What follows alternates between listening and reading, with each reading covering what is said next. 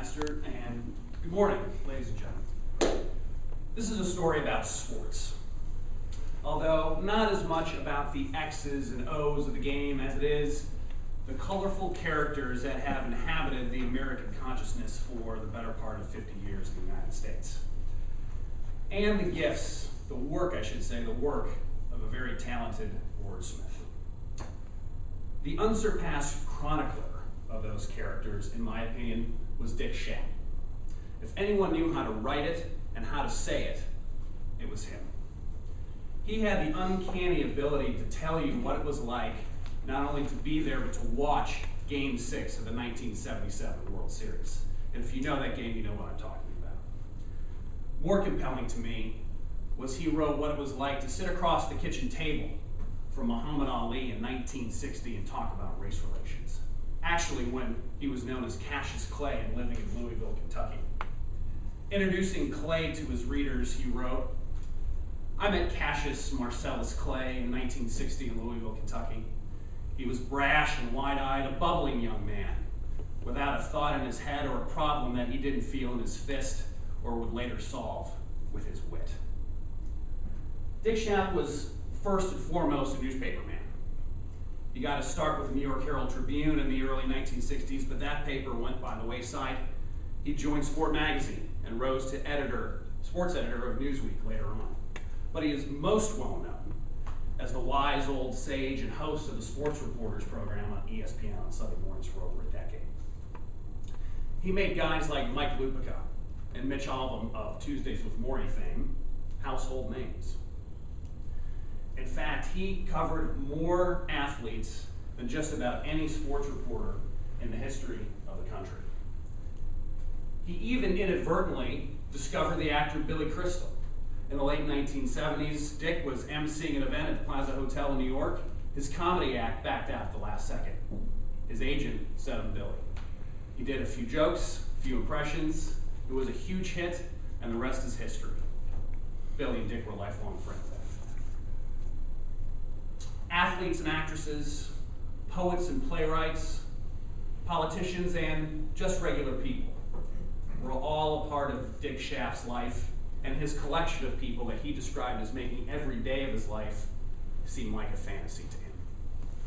He once asked the Cajun chef Paul Prudhomme what his idea of a great taste was. The answer? Chocolate ice cream and curry sauce, because they're so different. Dick Schaap felt the same way about people. Back in the early 1970s, Dick Schaap left sports for a while. One of his very dear friends passed away in a motorcycle accident. He had to leave for business. But through some very dear friends of his, with a very dear team of mine, the Green Bay Packers, he got back. The Packers was my connection to Dick Schaap. You see, in the early 1960s, he started covering Lombardi's Packers where few national reporters did. He was one of the first on the ground. And it was his compelling reporting that I learned about later that I first became a Dick Schaap devotee. But his reporting, again, wasn't about blocking and tackling. It was about the personalities behind the game. Years later, after players had retired and were suffering the residual effects of illness and injury suffered on the field years before, Dick Schaap gave these guys a voice, long after the cheers had died away. That what was most compelling to me. The emotional connection to the game that transcended the field. Sports was the metaphor that he told the story of the American century for the past 50 years. And sports is a medium that convenes, at least from the fans' perspective.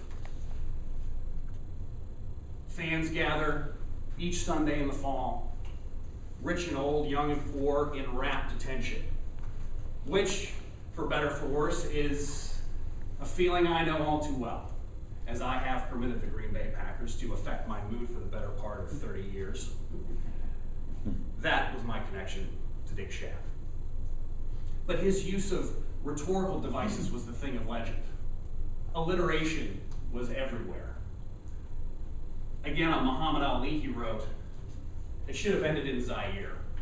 It should have ended in the middle of the night. with a burst of light and a stunning victory. With thousands of hearts pounding and drums marching and thousands of voices yelling, Ali, Ali, Ali. That was, of course, about the 1974 Rumble in the Jungle. Very famous fight.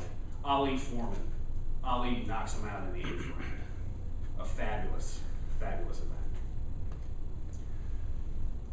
Dick Schaap passed away in 2001 from complications of hip replacement surgery.